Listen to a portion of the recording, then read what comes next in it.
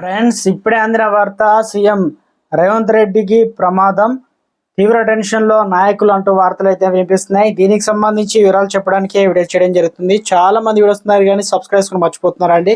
దయచేసి channel subscribe చేసుకొని bell icon all పై tap చేయండి.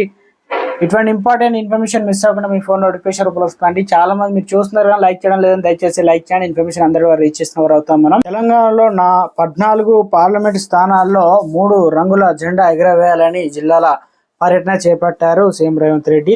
ఎన్నికల ప్రచారంలో భాగంగా ఈరోజు జమ్మికోటలో జరిజాతర సభలో పాల్గొన్నారు సీఎం రేవంత్ రెడ్డి. ఇక బీఆర్ఎస్ బీజేపీ పార్టీలపై తీవ్ర విమర్శలు అయితే గుప్పించారు. లోక్సభ ఎన్నికల తర్వాత కేసీఆర్ బీజేపీతో పొత్తు పెట్టుకుంటారని సంచలన వ్యాఖ్యలు చేశారు. రానున్న లోక్సభ ఎన్నికల్లో బీఆర్ఎస్ పార్టీకి ఒక్క సీటు వేసినా అది వృధా అవుతుందని అన్నారు. కారు మెకానిక్ షెడ్డుకు పోయిందని దాన్ని బజార్లో తూకానికి అమ్మాల్సిందని చిరుకలు అంటించారు.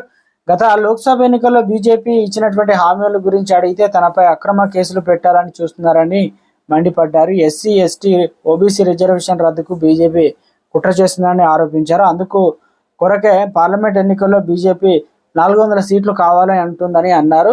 అమిత్ షాను కేసీఆర్ ఆహ్వానించినట్లుందని, అందుకే ఢిల్లీ పోలీసులు గాంధీ భవన్ కు పంపించారని పేర్కొన్నారు. తనను అరెస్ట్ చేయాలని అమిత్ షా పోలీసులకు ఆదేశాలు ఇచ్చినట్లు చెప్పారు.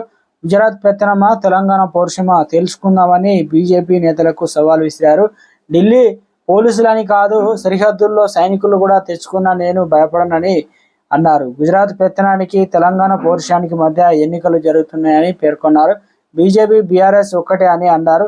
బీజేపీతో కేసీఆర్ చీకటి ఒప్పందం కుదుర్చుకున్నారని రేవంత్ ఆరోపించారు. నిన్న తనను అరెస్టు చేయాలని అమిత్ షా పోలీసులు ఆదేశాలు ఇచ్చినట్లు తన సీఎం నోట వెంట రావడం రాష్ట్రంలో చర్చానీయాంశంగా మారిందంటున్నారు రాజకీయ నిపుణులు.